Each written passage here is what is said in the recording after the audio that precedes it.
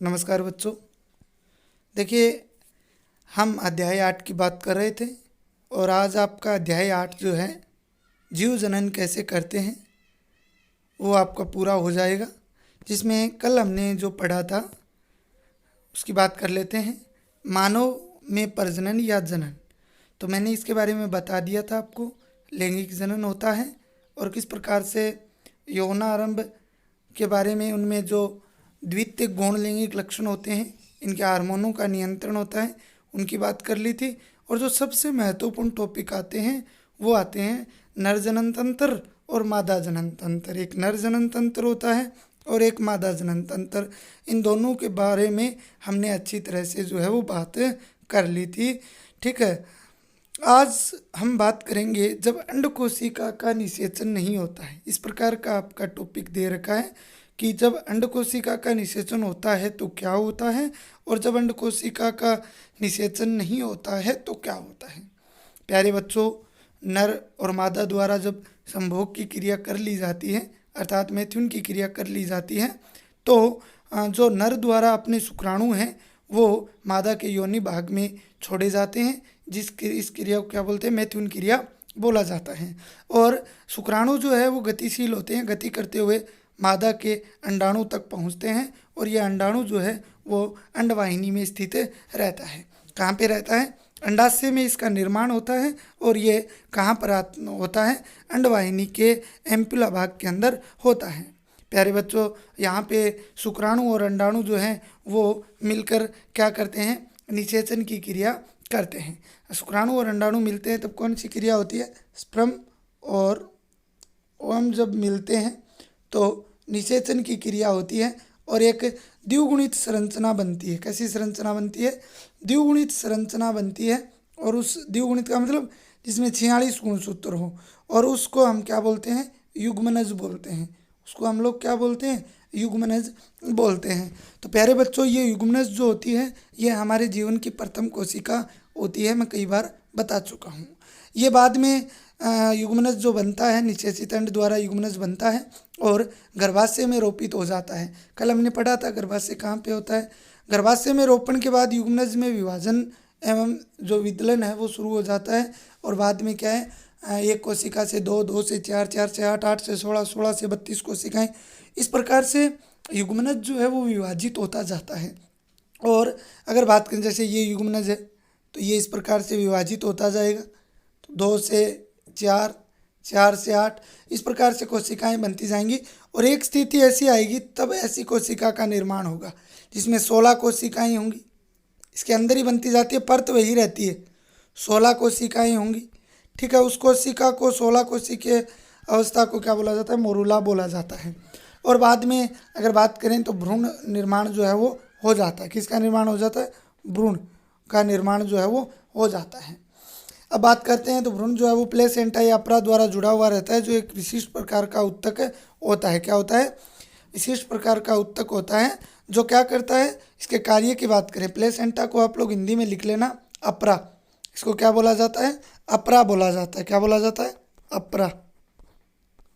ठीक है, ये आप लोग, इससे क्या है, ये नाभि से जुड़ा हुआ रहता है। भ्रूण जो है वो इससे जुड़ा हुआ रहता है।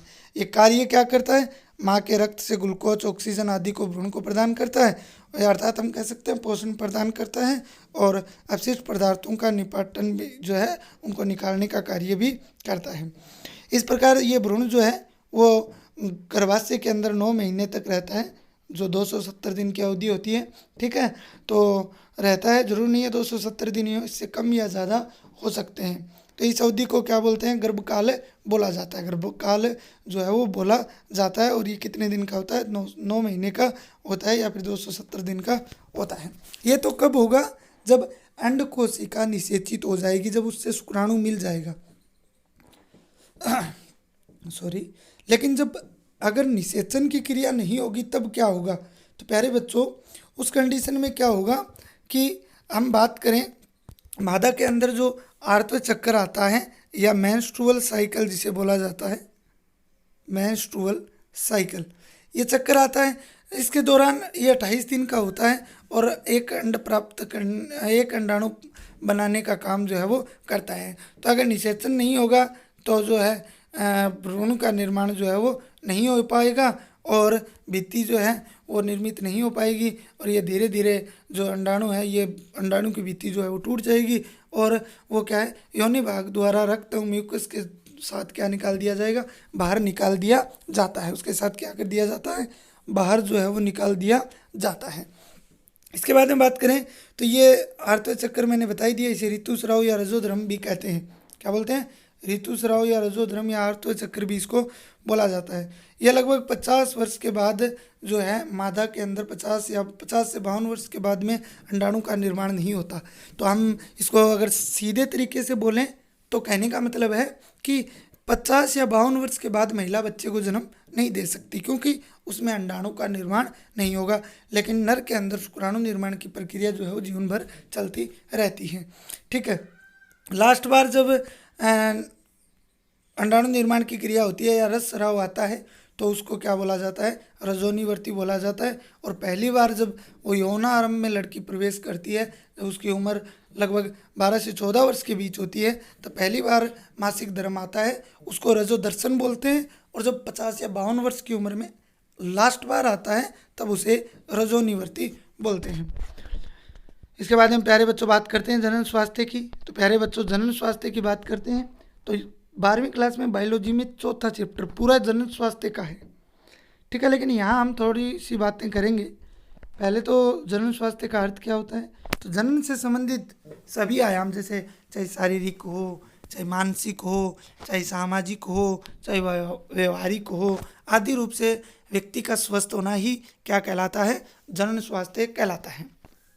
अब बात करते हैं जनन अंगों से संबंधित रोगों की, जिन्हें लैंगिक संचारित रोग भी कहा जाता है। STD शॉर्ट में बोला जाता है इन्हें, सेक्सुअल ट्रांसमिटेड डिजीज। ठीक है, तो इसलिए STD बोला जाता है। और रोगों का लैंगिक संचरण, ये जीवाणुजनित भी होते हैं, विषाणुजनित भी होते हैं।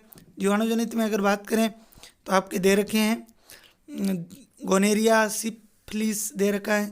विषाणुजनित की बात करें तो मस्सा है, ठीक है ना, वाल्टस इसको बोला जाता है, और HIV या फिर एड्स बोल सकते हो, जो क्या है जनन अंगों से संबंधित रोग होते हैं।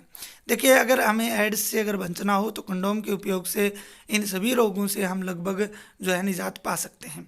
जैसे जब मैथुन की क्रिया की जाती है रोगी व्यक्ति के साथ, तो ये रोग जो है वो स्वस्थ व्यक्ति में भी प्रवेश कर जाते हैं। तो इनसे बचने के लिए निरोध या फिर कंडोम का उपयोग जो है वो करना चाहिए।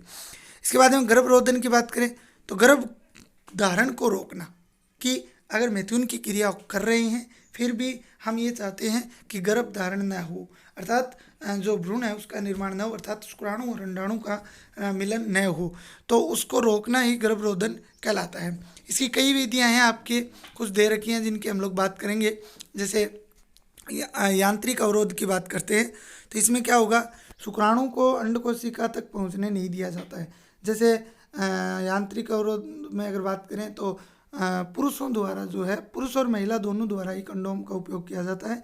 जैसे अगर बात करें शीशन को ढकने वाले कंडोम होते हैं, और योनि में रखे जाने वाले सर्वाइकल कैप होते हैं, जो क्या करते हैं शुक्राणुओं को किसके पास नहीं जाने देते हैं, अंडाणु के पास जाने से रोकते हैं, जिससे गर्भधारण नहीं होगा।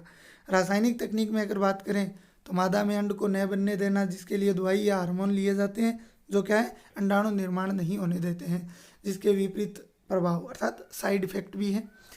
IUCD की बात करें, इंट्रा यूटेराइन कॉन्ट्रासेप्टिव डिवाइस, अंतः गर्भाशय युक्तियाँ बोलते हैं इनको। तो ये गर्भाशय के अंदर जो है वो रोपित की जाती हैं। जैसे कोपट्टी है, तांबे की बनी हुई एक पतले सूक्ष्म धागे के रूप में होती हैं, जिसका आकार टी के आकार का होता है।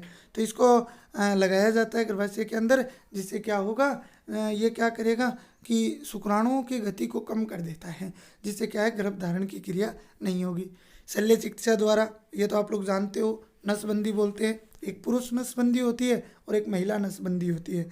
नसबंदी की बात करें तो पुरुषों में तो पुरुषों की नसबंदी है उसको बोला जाता है, पुरुषों की नसबंदी की अगर बात करें तो उसे ओसोकोटोमी बोला जाता है, ठीक है। और महिलाओं के अंदर अगर बात करें तो उसे ट्यूबोकोटोमी बोला जाता है।